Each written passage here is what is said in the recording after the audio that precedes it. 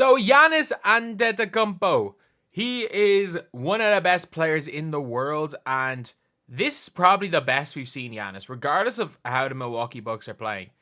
This is the most dominant I think we've ever seen Giannis, because he has to be at his best. This is the worst team he's played for since Milwaukee got good. Since 2017, realistically, this is the worst team he played for. A team that started 2-8, and off the back of a superhuman season from Giannis Antetokounmpo, maybe an MVP level season, should be second in the MVP race. Yeah, like we're looking at Milwaukee competing. So anyway, before we get onto it, I'm gonna make a graphic. Some other time, but we're at 6.73. If we can get to like 6.75k by the end of the day, we're only 13 off that. But this is the first day of Hoopsember. We will be uploading between now, or let's just say Hoopsmas. First day of Hoopsmas, we are going to be uploading on the Mick Hoops channel. We're going to be, or should I call it Hoopsmas or Mickmas? I don't know. Either way, we're going to be uploading 10 videos a day till Christmas. No matter what. 10 videos a day, and every single day we're going to be redrafting drafts from 2000 to 2024 on Christmas Day. We're also going to be doing a bunch of like grading things. We're going to be doing as much basketball content as you guys will ever see from a YouTube channel over the next 25 days. But anyway, Giannis Antetokounmpo, we got to talk about it. Like, Milwaukee are back all of a sudden. A lot of people were like that they shouldn't have been worried about Milwaukee. Man, I was worried about Milwaukee. I was really, really worried about Milwaukee. Like they were 2-8. They were 2-8, and the only teams they beat were like, if I'm not mistaken, they beat like, was it the Raptors and the Pelican or the Sixers, who at the time were the two worst teams in the East. I think I might have gotten it wrong. One was definitely the Sixers, but then we also had,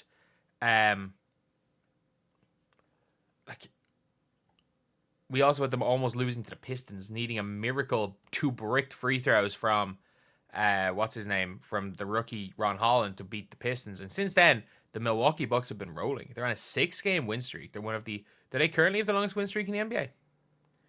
No, the Celtics have a 7-game win streak. Oh, but we're the Celtics. We've got one of the greatest teams of all time. We can win even without half of our team. Whoop-de-doo. I hope you enjoy ruining the NBA, Boston, because you've done what the Warriors have done. Except you've done it without signing Kevin bleeping Durant. You've done it the right way. That's the annoying thing. You've done it the right way. But you've got a team that is Chris Middleton. I don't think he's played. Has he played? No. Chris Middleton still is out. Dame's been decent this year. Like, yeah, he's been putting up some numbers. And the thing with Dame is that he's been always putting up numbers. But for me, the reason why Milwaukee have been so good is this man right here. He's putting the team on his back.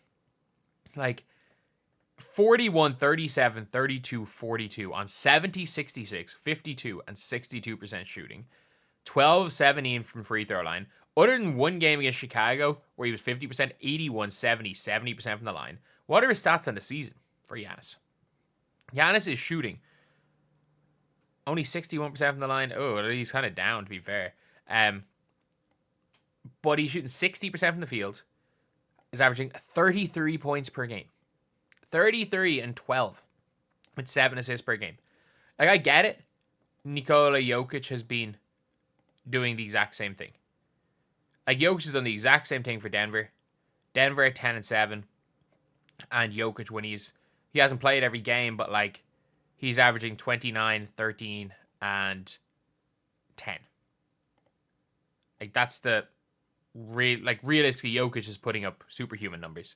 But Giannis is also putting up almost equivalently superhuman numbers for a team where he may not have better supporting cast, and they're both the 6 seeds. It's funny. For me, anyway, the two front runners for MVP are carrying their team right now to 6 seeds. I think it's hard. Like, it's hard to give Donovan Mitchell MVP. I also think it's hard to give... I still don't think Shea deserves MVP this year. I think it is one of those two players. But Giannis is at the peak of his powers. And that is mad, because we thought in 2021, when they won, like when they won the title, we thought, at that point in time, Giannis, I think, was 25 years old, if I'm not mistaken. Or was he 26? But whatever age Giannis was, up to that point, he had a better career than Michael Jordan and LeBron as far as rings, as far as MVPs, as far as finals MVPs, and he was on GOAT trajectory. And the funniest thing is that about these players on GOAT trajectory is that a lot of the success has nothing to do with them.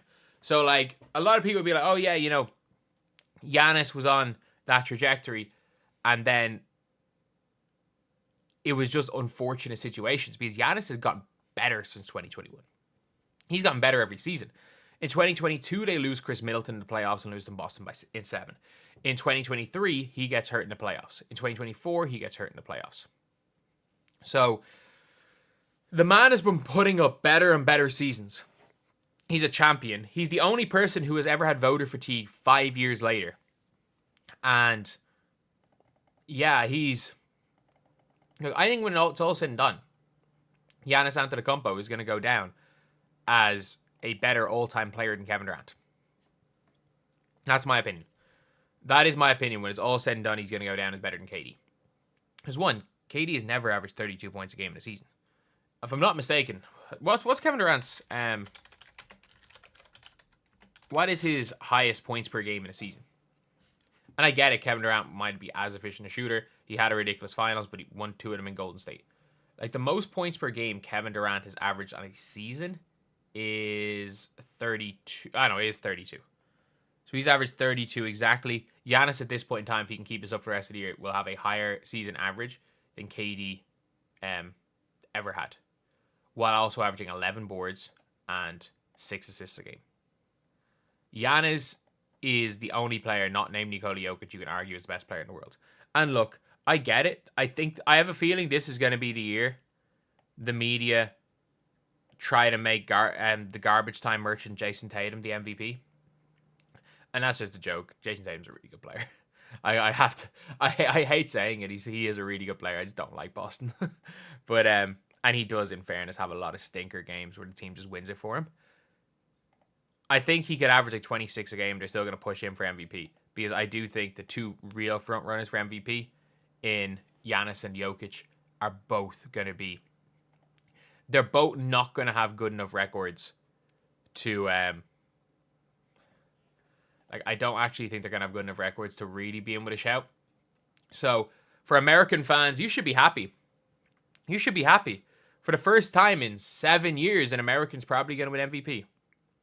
But there's no question about it. The best players in the world, Giannis, Jokic. The best players this season, Giannis, Jokic.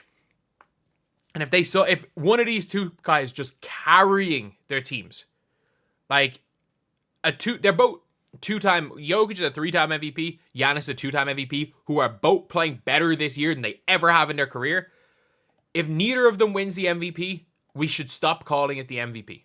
Simple as that.